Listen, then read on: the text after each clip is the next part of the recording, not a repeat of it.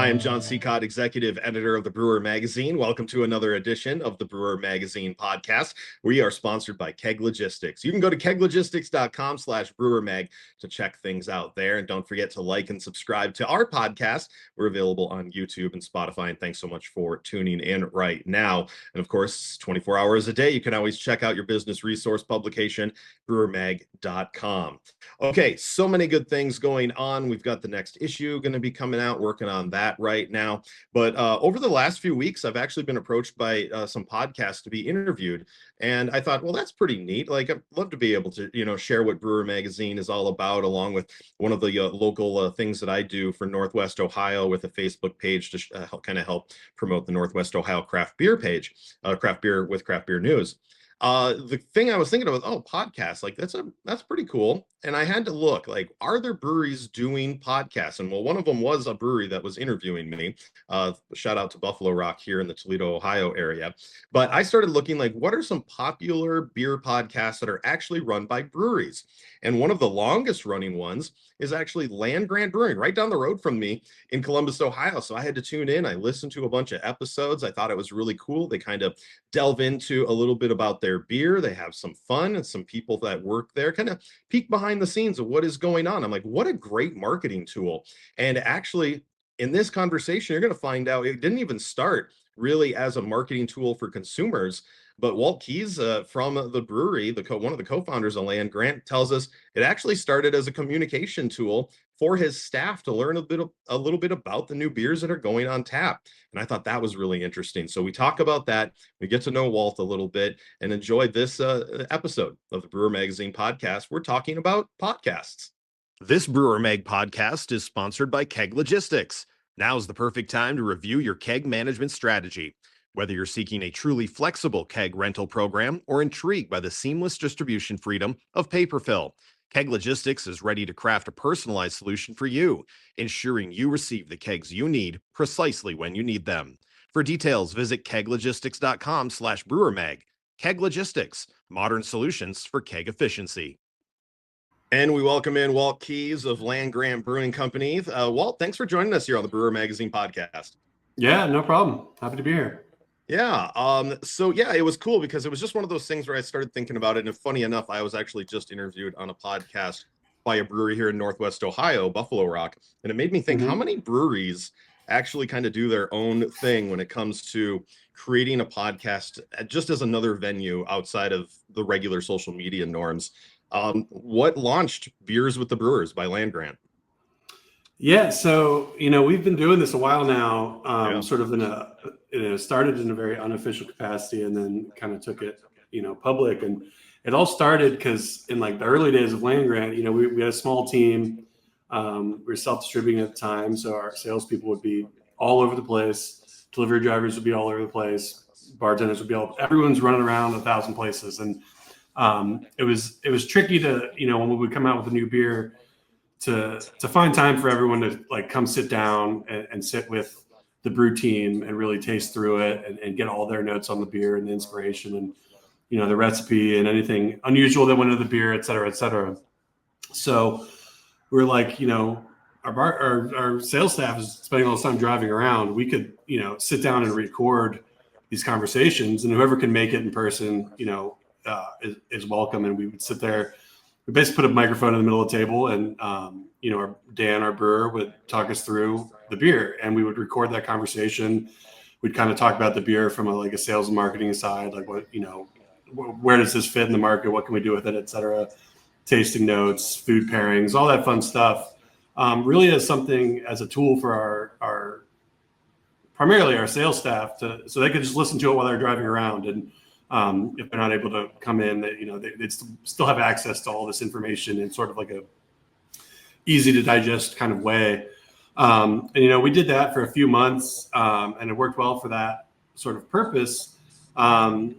But and then we were kind of sitting around, and we're like, if we just kind of like put a little bit more structure around this thing, clean it up a little bit, we're basically 2 steps away from doing a public podcast anyway. Why not just take the extra step and publish this thing and put it out there in the world for anyone that wants to listen to it. And that's kind of how it got started. And that was probably probably like 2016 or so, 2015, 2016. And we've basically been doing it since. And yeah, it's kind of grown and evolved, and there's been different people involved with it over the years.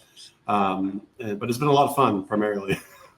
Yeah, it is cool. And actually, I was looking, maybe like you said, you guys probably did some more internal ones, but the first one I could find, and I think this was on Podbean, was from February 11th of 2018 for Stiff Arm IPA. That was the first one. So is that the first one that was done?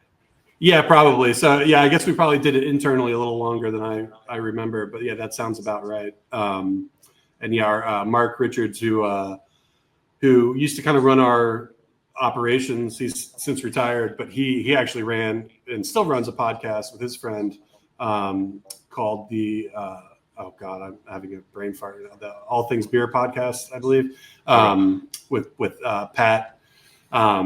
And they kind of cover primarily Central Ohio breweries, but they travel a lot and go to breweries and talk to brewers and do that. And they were kind of doing that before Beers with the Brewers, and his experience doing that kind of pushed us over the top. He's like, oh, well, I've recorded these things before, I've edited these things before, and had familiarity with the publishing process. So he kind of pushed us over the top with taking it to the public.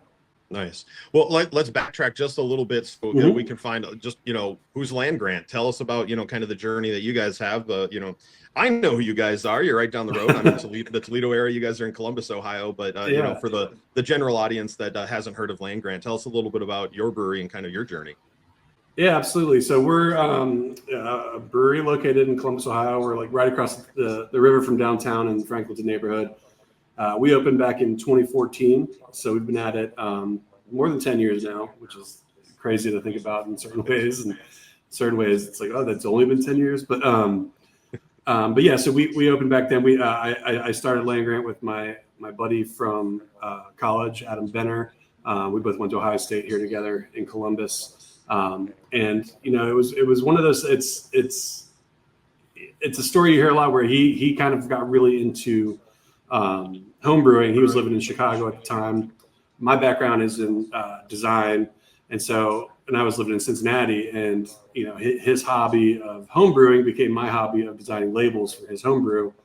And he was living in Chicago when a lot of the great craft breweries that are open there now kind of were coming on, like Half Acre and Pipeworks and breweries like that. And so he was seeing that scene really come together and grow, and was very inspired, and it kind of led to us having the conversation of like, wow, we're kind of doing this on a semi-professional level already. What if we took that next step and tried to open a brewery ourselves? And looking at Columbus at that time, you could see that it was really like prime for like the craft beer explosion he was seeing in Chicago. Because at the time, I think there was only a handful of breweries here: Columbus Brewing Company, Barley's, Elevator, and Four String. I think we're kind of the only craft breweries in town open at the moment. I'm probably forgetting one, so I'm apologies. Don't get offended. And that's exactly what happened. We opened in 2014. Seven Sun opened kind of right before us. Wolf's Ridge opened a little bit before us, and then we opened. And then since we've opened, there's been double-digit openings in Columbus proper. And then if you go to the surrounding area, you get into the hundreds pretty quick. And it's been crazy. And so, yeah, we opened down here in Franklinton. We've got a production size tap room, or a brewery, and with an attached tap room that's kind of grown over the past 10 years, where we were able to get the lot next door. So we've got a big beer garden outside, and then now we've expanded across the street to open a sort of innovation hub, small tap room where we do sort of innovative beers and cocktails. We've got a pickleball facility now and all this stuff, and we do ice rinks in the winter. But we've been able to do a lot here, and the beer has obviously been the center of that for those 10 years. And I'm proud to say that our beer, I think, has improved each year that we've been open. We've always loved our beer. Of course, we've got a biased opinion, but I think it's definitely the best it's ever been right now. We've got an incredible brew staff that's grown with us, and continue to improve the liquid every year, because you can't do pickleball and all that stuff without great beer. Because if the beer's not good, people aren't going to come back. So we've been fortunate enough to have a great team, and really grown over the past 10 years. Sure. And when it comes to that team, I know I kind of popped in and listened to bits and pieces of the podcast. You do bring in other people. You guys have a lot of fun with it. Yeah. How do you constantly, is this on the calendar? I think it's twice a month or so that you guys try to at least post. It's not weekly every single time, but how do you formulate a plan for a podcast? Yeah, in theory, it should come out every week, but that doesn't always happen. But we record every Friday, and it's really it's become one of those things that I think there's kind of a core four of us that do it. It's myself, Hajir, who runs our warehouse and logistics, Ron, who works with Hajir, Bobby, who runs our quality and lab, and then Dan, who is our sort of head brewer, who does all of our recipe and innovation development. So he's the one who's kind of coming up with these recipes and developing on the pilot system before they go to the sort of production size brews. And so that's kind of the core. And then we'll have some people rotate in and out. But I think for the five of us, I think it's really become just above everything else. It's a fun thing we do every Friday afternoon. It's an excuse to go sit down, have a beer, goof around a little bit. And it's kind of the stuff we talk about anyway. We're just kind of recording it, and we've got a pretty loose structure that we kind of go by. And Dan being sort of the voice of reason of all of us, he's the one with the true brewing expertise and insight. And he's always trying to, we joke that he's trying to sneak that into the beer podcast, and we're doing our best to derail him at all turns. But he's the straight man to our four goofballs, basically. Nice. Do you guys, it usually does center around some new release or what you guys have going on. Do you see it as a marketing tool, an opportunity for people to, general consumers to learn a little bit more about your brand?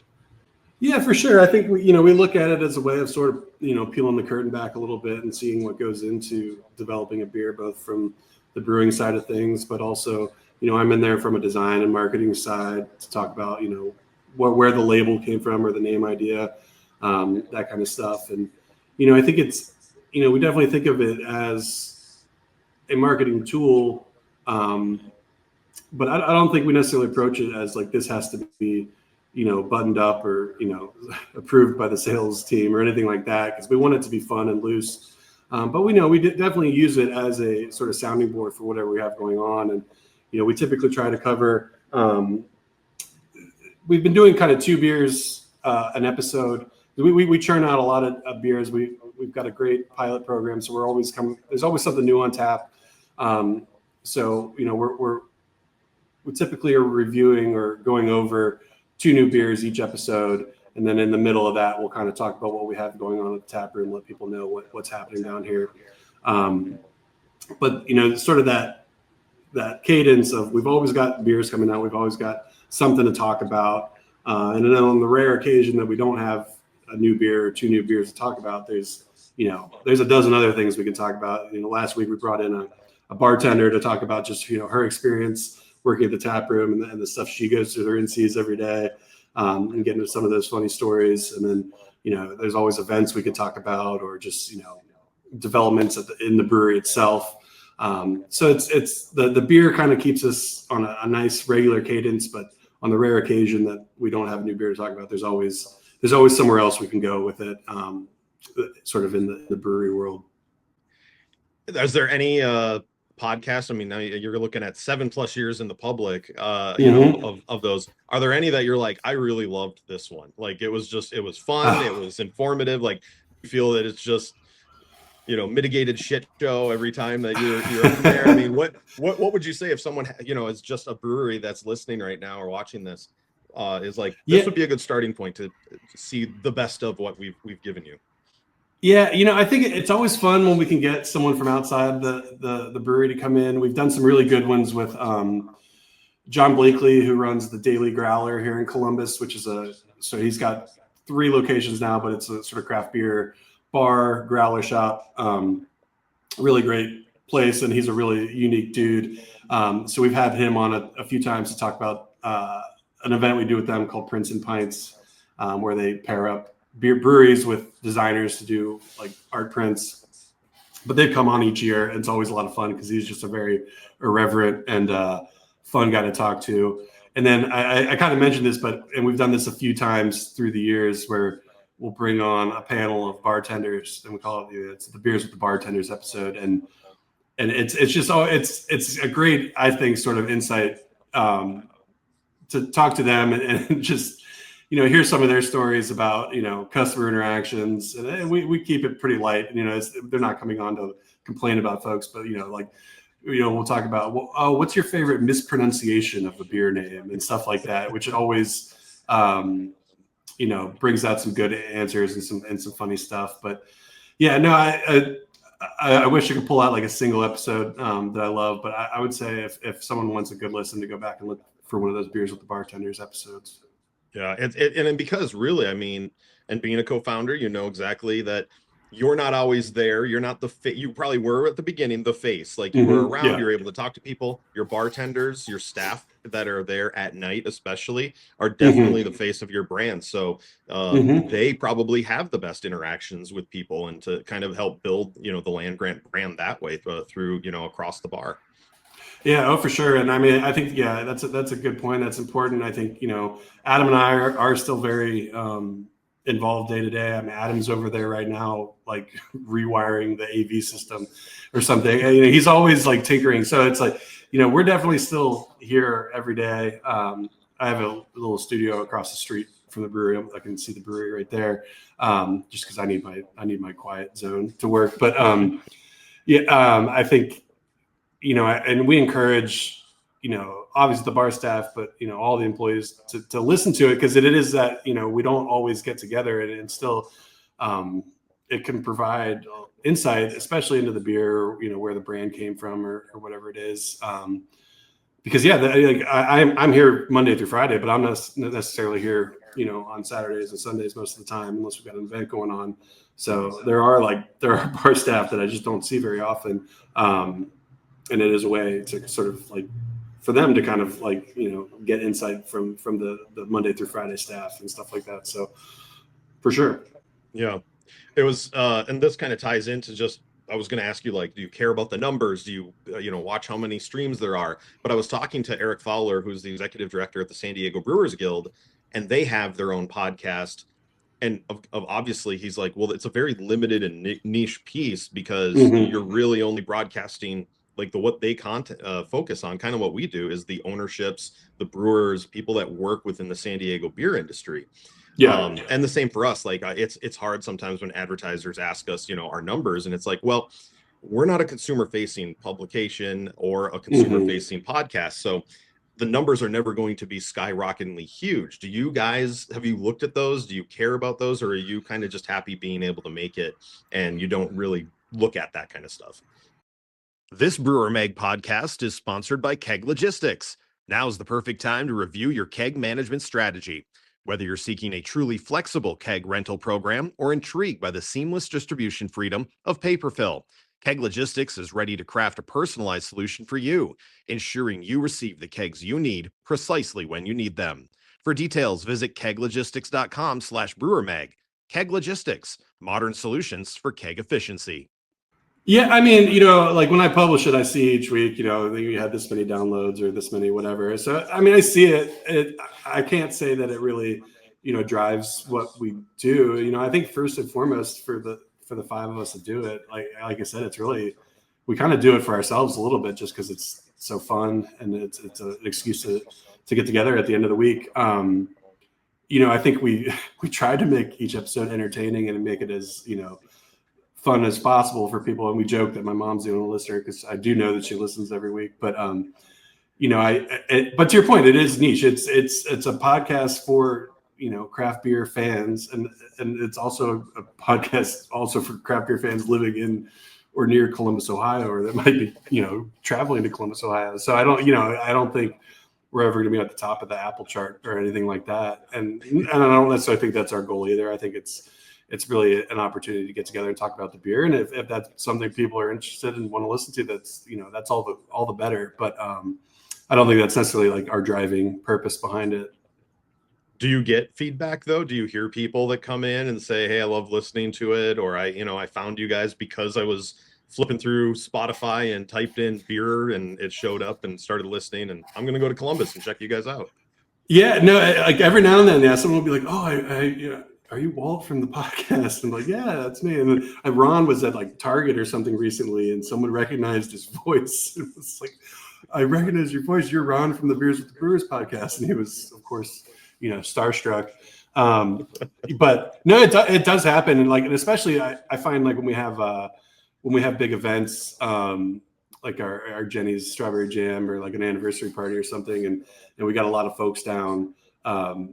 It seems like whenever we have that kind of thing, where I would say like our biggest sort of fans are there.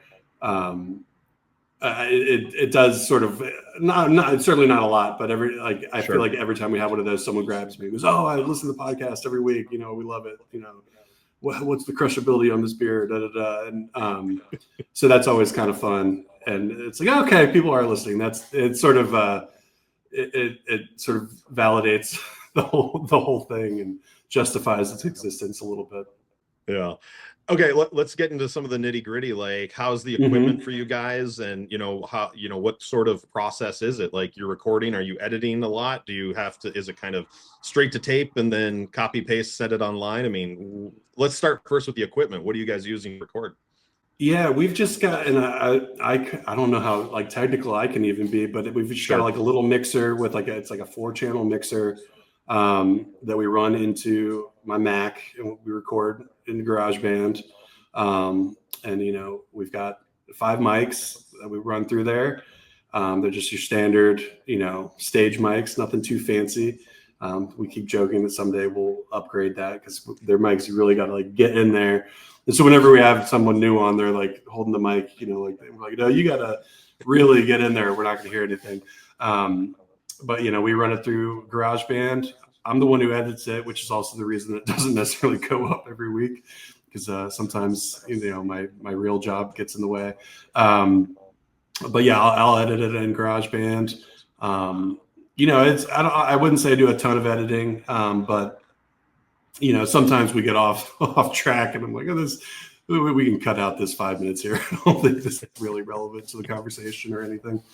Or someone drops an F-bomb one too many times. Let's turn this down a little bit, but no. So I'll edit it and throw it up, and then Hajir, our sort of host, he's a bit of a musician, so he and a friend of his, Hayden, put together our theme music, which is exciting. Replaced our old sort of like cobbled together GarageBand mess. But yeah, it's pretty low tech in terms of podcast setups, but it's worked for us. And it's all stayed in the same box, which I think is the main key for the brewery. Things seem to wander off, especially over the weekend when there's some sort of AV emergency or something. Things aren't necessarily where you left them on Friday afternoon. So it's all stayed in the same big Tupperware box, which I think is the main piece of equipment for us, if I'm being quite honest. It was funny, actually, almost the reason because we finally kind of delved into, okay, I'm going to do a weekly podcast for Brewer, is at the OCBA last year in Toledo. Adam makes beer, talked about, he was like, just do it, just open up the mic, start recording. It doesn't need to be fancy. It doesn't need to be, and it's like, it's the same. Like, I mean, I finally just bought a microphone.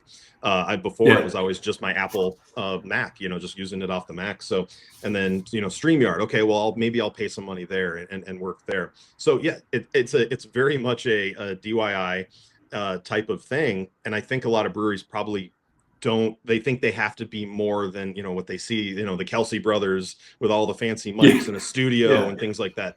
It can be this simple. I'm in my office at home, you're in your office at work, and you can create type of things. I mean, do you think more breweries should use this? And I kind of like the aspect of, if you have a team that doesn't get a chance to talk to, you can actually just record it, make it into a podcast that gives them something while they're driving to be able to listen to. Yeah, I mean, I think for us it's been a great tool, and I think it's, I would have to think that any brewery, they've all got stuff going on, whether it's beer releases or events at the tap room or, events that they're doing outside the tap room. There's always something to talk about. There's always something. That's the thing about brewing. Like, there's always something going on. There's always something to talk about. And I think that's half the battle with a podcast. It's just like, what are we talking about this week? And like, if you've got a framework of something to talk about to just get you started, I mean, that conversation is going to go places that you don't necessarily expect. So I think, just having that jumping off point is in a lot of ways the hardest part of it. So if you have that, which I imagine most breweries do, you could definitely put together a nice conversation. It doesn't have to be an hour. It could be a half hour, it could be 45 minutes. Like ours have kind of like ballooned over an hour since we kind of went to the 2-beer format, and we've got a good crew that we found like a really like good team where we all kind of bounce off each other and have a good rapport. So it's kind of ballooned in time, the running time. But yeah, I think I don't know. I can't see why a brewery wouldn't want to do it, because it's also a way to just kind of reach out to your biggest fans and talk directly to them. When it comes to putting a podcast together and then you get it out, like what sort of promotional pieces are you putting in? You put it on social media? Do you kind of just let it go out into the ether and see what you get, what people that are subscribing? Like how much promotion do you do for the podcast? Yeah, I think, it's a bit of a combo. I think, we'll let our marketing team, Rachel and Melina, know when we got a new episode, and they'll fit it in. Sometimes it'll go up on, hey, there's a new episode. Sometimes it'll just go up on the feed and people find it. And we've got a lot of promotional material inside the tap room for folks with QR codes and all that stuff to check it out. We try and get it out there, though. It's one of those things with the brewery and with all the things we have going on, it doesn't necessarily always get posted about on social, but it definitely makes it in the mix and gets out there. And then I think, I think the 5 of us that are on it take a lot of pride and are excited about it. So we definitely push it out on our own. Of course, we've got our own little Instagram feeds and stuff. So push it out on our own feeds and stories and stuff like that, and try and get it to people. And but yeah, again, it's not priority one for the marketing and sales staff, but it's just one of those things too. Like it can fill, if there's a day where you don't have something to post, like that's put it up there. So it fills that sort of need as well. And it's just it's just another way people can find you, another way people can interact with you. And I think these days, the more you can get out to people and the more ways that you can give them to interact with you and with the brand and with the brewery, the better. Absolutely. So speaking of connecting, where are you guys available if someone wants to listen to the podcast? Yeah, we're on all the major formats. You can find us on Spotify, Apple, Podbean. Those are the main 3, but yeah, we blast it out to everywhere.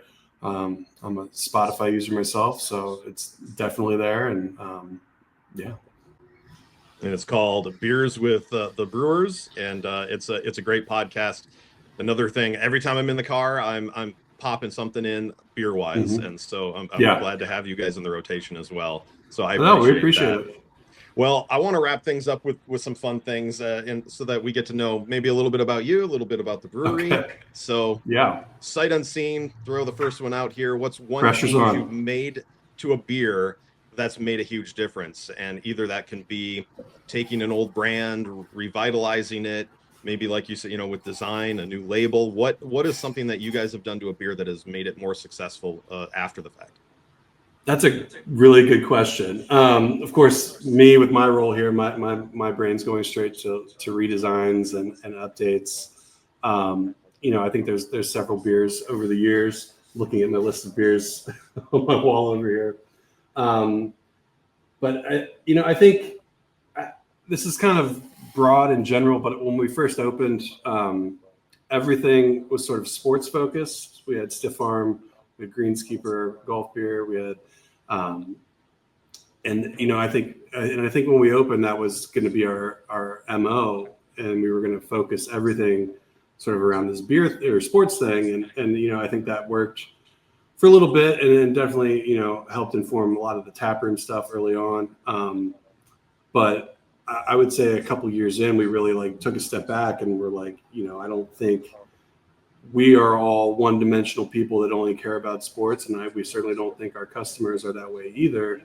So we kind of took a step back and looked at our beer brands and our names and our sort of themes, and decided to open things up and not abandon the sports things, because that's definitely part of what we do here, but really open it up to pull influence from all the things we're interested in, whether that's art or music or our community. So I think that I might be dodging the question a little bit, but I think because I'm having just a blank brain fart right now, but I think that's one where I think that change definitely opened our brand up to a lot of people and made it a lot more accessible to folks.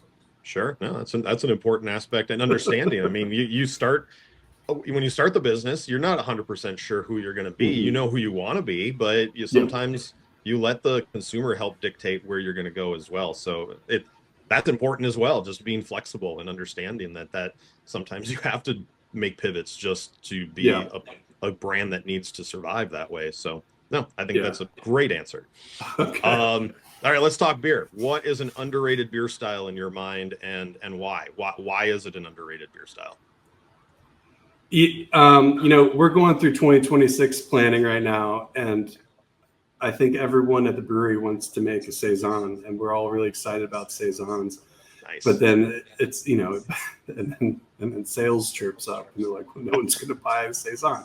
We're like, why not? It's crisp, it's refreshing, it's delicious. So that'd be my answer. And I think why is it sort of underrated, or sort of, I think, I don't know exactly. I think the sort of Frenchness of the name might have something to do with it. I don't know, but I think it's one of those beers, if you can get people to try it, they generally really like them. But it definitely tastes different than sort of your classic American style beer, which I guess could be intimidating for folks. The name might sound fancy to some people, so there might be a sort of intimidation there. But I would say saisons. I love drinking saisons, and I think especially this time of year when it's hot, a really good light saison is where it's at. Absolutely. Last one. What's your irrational fear at the brewery? Like something that you're like, why do I keep worrying about this? But just something funny. Oh, I think a fear we all live with just sort of constantly is if the internet goes out. Because I think if the internet goes out, that means the TV goes out. That means the music goes out. That means the sort of the brewing infrastructure is certainly disrupted. It doesn't necessarily go out all the way, but not everything is all of a sudden connected the way it should be. And so I think that's just a constant fear. And, it's definitely happened a few times over the years. And, I think just like AV stuff in general, like it makes me so nervous. Like, every time there's like a big Ohio State football game or something on, and I'm watching at the brewery, I'm just like, please don't let the televisions go out right now. It's just be like a total nightmare. So I think I just like, it's something you don't really have full control over that could kind of just fart out at any moment. That's sort of terrifying and nerve-wracking in its own way. So I don't know if it's irrational, because it has happened, but that'd be my answer. Awesome. Well, hopefully no internet went out while we're doing this, and the recording went smoothly. So I appreciate you coming up here and talking about the podcast and a little bit about Land-Grant. Thanks, Walt. Yeah, appreciate it. Yeah, and if you're in Columbus, Ohio, come have a beer with us. OH. IO. This Brewer Mag podcast is sponsored by Keg Logistics. Now's the perfect time to review your keg management strategy. Whether you're seeking a truly flexible keg rental program or intrigued by the seamless distribution freedom of paper fill, Keg Logistics is ready to craft a personalized solution for you, ensuring you receive the kegs you need precisely when you need them. For details, visit keglogistics.com/brewermag. Keg Logistics, modern solutions for keg efficiency.